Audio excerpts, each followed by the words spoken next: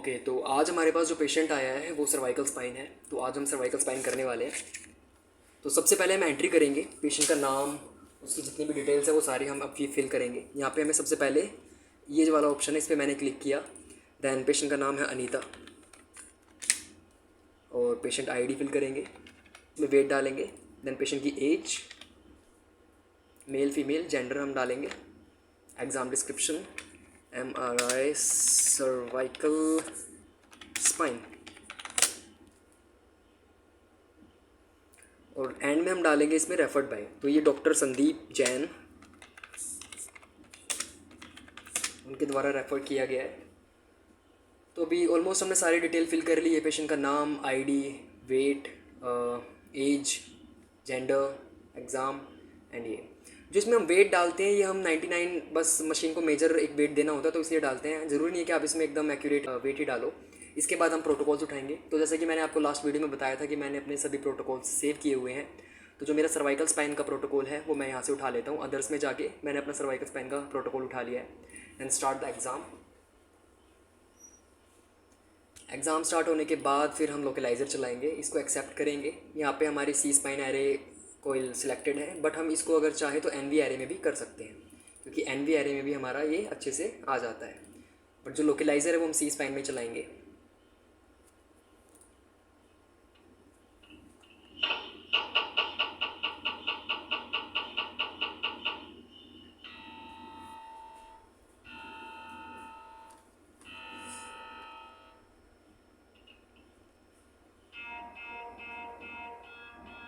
Patient को problem क्या है? पेशेंट को पिछले 2-3 महीने से नेक पेन है और वो नेक में जो पेन है वो रेडिएट होकर upper limb both side radiate कर रहा है। तो पेशेंट को ये प्रॉब्लम काफ़ी दिनों से आ रही है। हमने जो उनसे हिस्ट्री पूछी है, क्योंकि हर MRI के केस में हिस्ट्री जानना बहुत ज़रूरी होता है, क्योंकि अगर आपको हिस्ट्री नहीं पता है तो आप प्रॉपर स्कैन नहीं कर पाओगे। तो देखो हमारे पास ये 3 पेन लोकलाइज़र आए हैं, जिसमें हमारा कॉर्नल है, सैज है और एक्सियल है। तो हम सबसे पहले सैज की प्लानिंग करेंगे। सैज की प्लानिंग करेंगे हम हमारे कॉर्नल पे। पेशेंट को हमें इस तरीके से लेटाना है कि उसकी जो स्पाइन है, सर्वाइकल स्पाइन, वो एकदम हमें स्ट्रेट दिखाई दे, क्योंकि कई बार क्या होता है हम पेशेंट को सीधा नहीं लेटा पाते और जो स्पाइन है उसकी प्रॉपर शेप हमें दिखाई नहीं दे पाती। सैज T2 लेने से पहले हमें कैलिब्रेशन चलानी होगी। और अदर सॉफ्टवेयर में क्या होता है, कैलिब्रेशन पहले ही सेट होती है, बट इसके अंदर जी में हम कैलिब्रेशन चलाएंगे, ये कैलिब्रेट करेगा। देन हम इसके बाद सैज T2 प्लान करेंगे। तो सैज T2 की प्लानिंग के लिए हम इसकी कॉर्नल प्लानिंग करते हैं। कॉर्नल पे ये हमारा राइट टू लेफ़्ट की जो प्लानिंग होती है वो हमारी सैज के लिए प्लानिंग होती है। प्लानिंग हमें इस वे में करनी है कि हमें पूरी वर्टेब्रा ईजिली दिख जाए, चारों तरफ से, दोनों तरफ से राइट टू लेफ़्ट हमारी सारी वर्टेब्रा कवर होनी चाहिए। जैसे कि आपको दिख रहा है ये वर्टेब्रा कवर हो चुकी है। अब इसको हमें कहाँ से कहाँ तक कवर करना है। सैज के ऊपर हम FOV रखेंगे। FOV हमेशा हम ये जो नोज़ है इससे आगे तक लेकर जाएंगे, क्योंकि अगर हम ये यहाँ पर रखेंगे तो जो ये नोज़ है ये कट के पीछे आएगी और ये फेस रैप आर्टिफैक्ट क्रिएट करेगी, तो ये कट होके हमारी इमेज को गंदा दिखाएगी। तो इसीलिए हम FOV को इस तरीके से अलाइन करेंगे और इसकी जूमिंग करके हम इसको अच्छे से सेट करेंगे हमारे कॉर्नर के ऊपर। ये एकदम से परफेक्ट हो गया है। एक्सियल के ऊपर भी हम इसको थोड़ा सा स्ट्रेट करेंगे। ठीक है,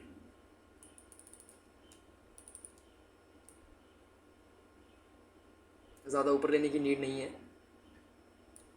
ये एरिया हम कवर करेंगे। तो अभी सबसे पहले मैंने सैज T2 चला दिया है। सैज T2 चलने के बाद हम सैज T1 की प्लानिंग करेंगे। एक्चुअली जिस सेंटर में मैं वर्क कर रहा हूँ, हर सेंटर टू सेंटर वेरी करता है कि उन्हें कितने प्रोटोकॉल्स की नीड होती है। यूनिवर्सली हम जो सर्वाइकल स्पाइन में चलाते हैं वो सैज T2, सैज T1, सैज stir, Cornell, axial T2, axial T1 और मर्ज, ये सारे सीक्वेंसेस लेते हैं। लेकिन जिस सेंटर में मैं काम कर रहा हूँ यहाँ पे जो मेजर सीक्वेंसेस है उन्हीं सीक्वेंसेस को रन किया जाता है, एक्स्ट्रा सीक्वेंसेस लेने के लिए नहीं बोला जाता है। तो यहाँ पे हम जो सीक्वेंसेस लेते हैं वो हमारे सैज T2, सैज T1, सैज stir, coronal stir, axial T2 और 3D एक्सियल मर्ज, यही सीक्वेंस हम रन करते हैं। जैसे ही हमारी सैज T2 की प्लानिंग हो जाती है और वो रन होना स्टार्ट हो जाता है तो हम उसके बाद सैज T1 की प्लानिंग करेंगे। तो सैज T1 की प्लानिंग हमें दोबारा से करने की नीड नहीं होती। हम जस्ट इसे इस वाले ऑप्शन में जाके, ये आप देखोगे ये ग्राफिक RX टूल बार बनकर आया हुआ है। अगर ये नहीं आता है तो यहाँ पे GRX करके लिखा हुआ है, इसके ऊपर आप क्लिक करोगे तो ये आपको दिखाई देगा। तो इसके अंदर जो ये RX वाला वर्ड है ये हमारा कॉपी का होता है। तो इसको कॉपी करने के लिए हम इस पर क्लिक करेंगे और जिस सीक्वेंस से हमें इसको सेलेक्ट सैज T1 हमारा सिलेक्टेड है, हमें T2 से कॉपी करना है, तो इसके ऊपर क्लिक करके हम एक्सेप्ट करेंगे। तो अब जितने भी पैरामीटर्स, प्रोटोकॉल्स और जितनी भी हमारी प्लानिंग है वो सारी की सारी हमारी सैज T2 की सैज T1 के ऊपर प्लान हो जाएगी। फ़र्क सिर्फ इतना होगा कि इसकी जो इमेज आएगी वो हमारी सैज T1 की आएगी, लेकिन जो पूरी प्लानिंग होगी वो एक्यूरेट हमारी सैज T2 के ही अकॉर्डिंग होगी।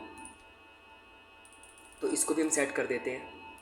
इसके बाद हम सैज स्टर की प्लानिंग करेंगे। सैज स्टर में भी हम वही मेथड यूज़ करेंगे, हम सैज T2 से इसको कॉपी करेंगे, बट इसमें फ़र्क क्या होगा, इसके अंदर हम सेचुरेशन बैंड का यूज़ करेंगे, क्योंकि सैज जो हमारा स्टर होता है वो बहुत ही ग्रेनी आता है। उसकी ग्रेनीनेस को कम करने के लिए और थोड़ी क्वालिटी को अच्छा दिखाने के लिए हम सेचुरेशन बैंड का अगर यूज़ करते हैं तो हम फोकस सिर्फ हमारा स्पाइन पर अच्छे से आता है। तो ये हम एंटीरियर साइड हम एक सेचुरेशन बैंड लगा देंगे। ये मैंने एंटीरियर साइड एक सेचुरेशन बैंड लगा दिया है।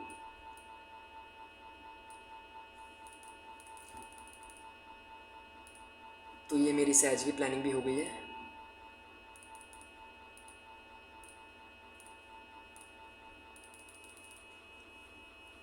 अब हम करते हैं हमारी कॉर्नर की प्लानिंग। वैसे कॉर्नर की प्लानिंग के लिए हमें एक्यूरेट, हमें सैज T2 की इमेज का ही वेट करना चाहिए, क्योंकि अगर हम लोकेलाइज़र के ऊपर प्लानिंग करते हैं तो हमें प्रॉपर एरिया नहीं दिख पाता कि हमें कितना कवर करना है। कई बार हम लोकेलाइज़र के ऊपर प्लानिंग कर देते हैं और जो हमारा पीछे का पोस्टीरियर पार्ट होता है स्पाइन का, जिसमें हमारी स्पाइनस प्रोसेस और बाकी जो चीज़ें इंक्लूड होती हैं, उसमें अगर हमारी कोई पैथोलॉजी है तो हम उसको कवर नहीं कर पाते। तो इसीलिए हम सबसे पहले सैज T2 का वेट करेंगे और सैज T2 के आने के बाद उसके ऊपर हम हमारी कॉर्नर की प्लानिंग करेंगे। कॉर्नर की प्लानिंग हमारी एंटीरियर टू पोस्टीरियर होगी। हमारा सैज T2 आने वाला है, 7 सेकेंड बचे हुए हैं। स्कैन को हम ऑटो पे रखेंगे जिससे हमें हमारा टाइम वेस्ट नहीं होगा और एक स्कैन कंप्लीट होने के बाद दूसरा अपने आप स्टार्ट हो जाएगा। तो जैसा कि आप देख रहे हो हमारा सैज T2 आ गया है। पहले हम देखते हैं कि हमारा सैज T2 कैसा आया है।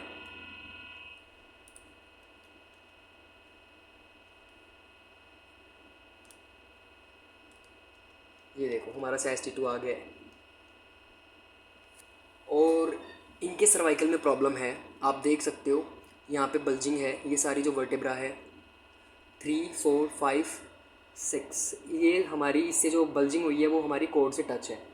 तो ये एरिया हमें अच्छे से कवर करना होगा। तो इसके लिए हम कॉर्नर की प्लानिंग करते हैं।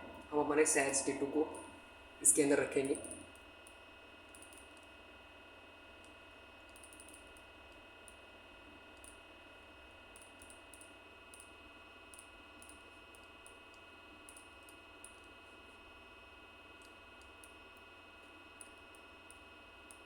जिस अलाइनमेंट में हमारी कोड है उसी की जस्ट इक्वल अलाइनमेंट में हम हमारी स्लाइसेस को रखेंगे।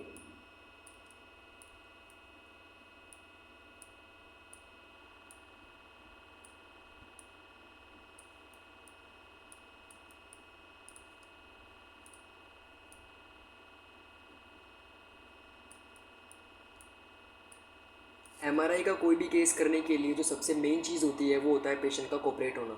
अगर हमारा पेशेंट कोऑपरेटिव नहीं होता तो हम प्रॉपर रूप से MRI नहीं कर पाते। तो इसीलिए पेशेंट की काउंसलिंग भी MRI में बहुत ज़्यादा इंपॉर्टेंस रखती है।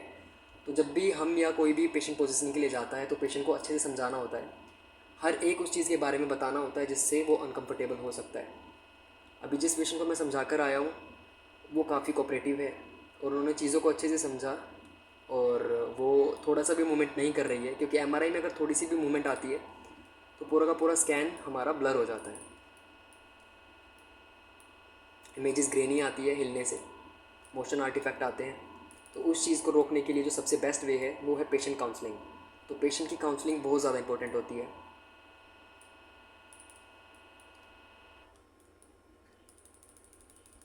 हमारा सैज T1 भी आ गया है। T2 सैज T1 और सैज T2 हमारा रन हो चुका है। इसके बाद अब हमारा ऑटोमेटिकली हमारा सैज स्टर भी रन हो गया है।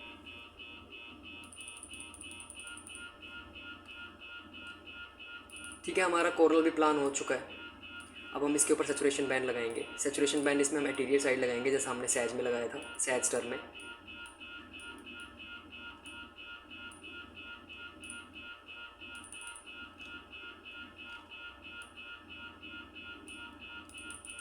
और ये हमारी कॉर्नल की प्लानिंग भी हो चुकी है।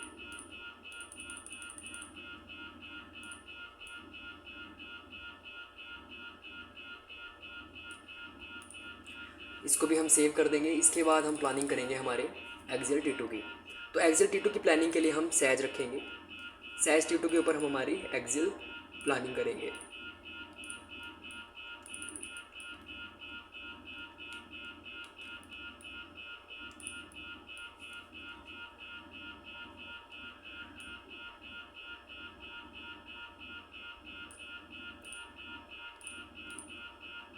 तो सबसे पहली जो स्लाइस होगी वो हमारी टॉप पर होगी। उसका एंगल हमारा इस वे में होगा कि वो हमारे पीछे स्पाइनस प्रोसेस से कनेक्ट करे। ये एंगल हम इसका देंगे। इसके बाद जो हमारी सेकंड स्लाइस रखी जाएगी वो रखी जाएगी हमारी इसके जस्ट नीचे, जो हमारी फर्स्ट और सेकंड वर्टेब्रा है उसके सेंटर पॉइंट पे। जैसे कि सेंटर पॉइंट ये दिखाई दे रहा है, लेकिन इसको रखेंगे यहाँ पे। कैसे हो भाई? आज तो दूसरे आदमी बैठे, मतलब वो नहीं है आज। कौन? खाना बनाने गया हो ना? हाँ, आलोक। आलोक।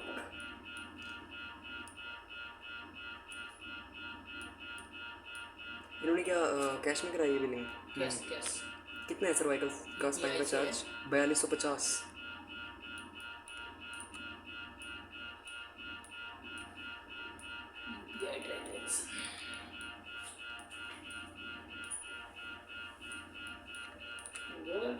बहुत छोटी आईडी रहती है इसकी ट्रांजेक्शन वाली। अच्छा। और उससे फोन पे वगैरह करते हैं, लिखते लिखते यार बहुत लंबा होता है। अच्छा। शायद मेरे 20 अंक का होना चाहिए। तो ये ऐसा 12-14 के करीब।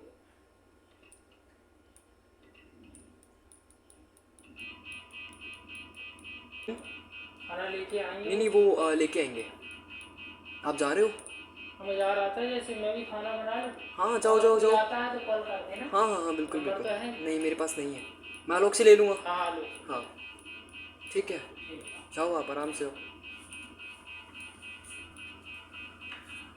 सो गाइस, मैं यहाँ पर अपना कंटेंट रेडी कर रहा था और बीच में जो बिलिंग करते हैं MRI की, वो बीच में आकर मुझसे बातें करने लगे, तो मेरी पूरी वीडियो बिगड़ चुकी है। So please try to understand. कोई बात नहीं।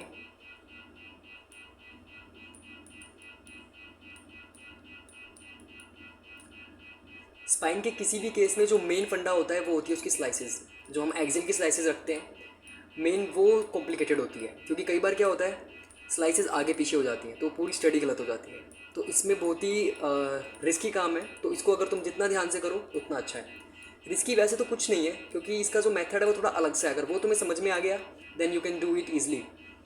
अब होता क्या है, देखो, जैसे ये एक स्लाइस सिंगल स्लाइस है, ये एक सिंगल स्लाइस है। अगर इसको आप फर्स्ट ऊपर कर दोगे तो काउंटिंग गलत हो जाएगी।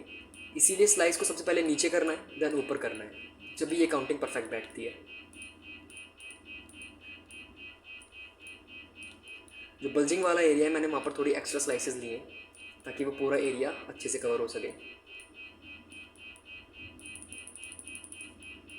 अब यहाँ पे अलाइनमेंट करने के बाद आपको कॉर्नर पर भी देखना होता है, क्योंकि कॉर्नर को भी जस्ट सेंटर में स्लाइसेस को रखना होता है। ये देखो साइड स्लाइसेस हैं, इनको एकदम सेंटर में हम रखेंगे ऐसे, एग्जैक्टली ऐसे रखनी होती है। ओके, अब इसमें थोड़ी चेंजमेंट करते हैं। चेंजमेंट कुछ नहीं करनी है, बस स्लाइसेस को इस तरीके से रखना है कि डिस्क के जस्ट सेंटर से हमारी एक स्लाइस निकल कर जाए।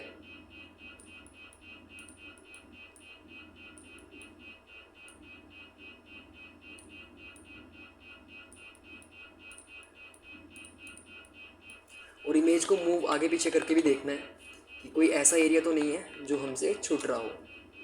जैसा कि देख सकते हो यहाँ पे हम एक स्लाइस और ले सकते हैं नीचे, हालांकि ये नीचे तक आया हुआ है, बट हमें मेनली सर्वाइकल कवर करना है, क्योंकि इसको जो मेन प्रॉब्लम है वो इसी वाले एरिया में है। जो यहाँ पे इसकी बल्जिंग है वो हमारी कोर से टच हो रही है इनकी, तो इसी वजह से इनको रेडिएटिंग पेन है। ठीक है, तो एक बार रीचेक करते हैं अपनी काउंटिंग्स को। 1 3 5 7 9 11 13 15 17 19 एंड देन लास्ट 21। तो सीरियल वाइज हमारी काउंटिंग है, हमारा कॉर्नर स्तर भी आ गया है और हमारी एक्सेल की प्लानिंग भी हो गई है। एक्सेल की प्लानिंग थोड़ी और फास्ट हो जाती, बट मैं आपको बता रहा हूँ और बीच में वो बिलिंग वाले भी आ गए, तो इस वजह से थोड़ा टाइम ज़्यादा लग गया। बट आप जितना फास्ट करोगे उतना अच्छा है, और ध्यान भी रखना होता है, क्योंकि जो मेन गलती होती है स्पाइन में वो हमारी एक्सेल की प्लानिंग में होती है। तो अगर आपने एक्सेल की प्लानिंग ईजिली और अच्छे से कर ली, then you are perfect in MRI। तो इसमें मैं एक मर्ज भी रन करूँगा, मैं इस पूरे एरिया को कवर करूँगा, मैं पूरे सर्वाइकल को कवर नहीं करूँगा। जो ये बल्जिंग वाले एरिया है पूरा, जिसमें हमारी C3 4 5 6 C3 से लेकर 5 तक सारे डिस्क में बल्ज दिखाई दे रहा है, जो पूरा कोड से टच हो गया है। और इसका थोड़ा एंगल भी आप देख सकते हो, थोड़ा चेंज है। जैसे नॉर्मली स्पाइन होती है, उस स्पाइन के जो कर्वेचर है ये थोड़ा अलग कर्वेचर है। तो इसको मैं इसे पूरे एरिया को कवर करने वाला हूँ। तो इसमें मैं एक मर्ज भी रन करूँगा, और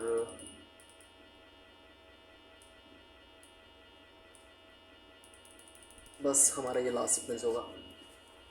तो ये था हमारा सर्वाइकल स्पाइन। सर्वाइकल स्पाइन की प्लानिंग बहुत ज़्यादा इजी होती है।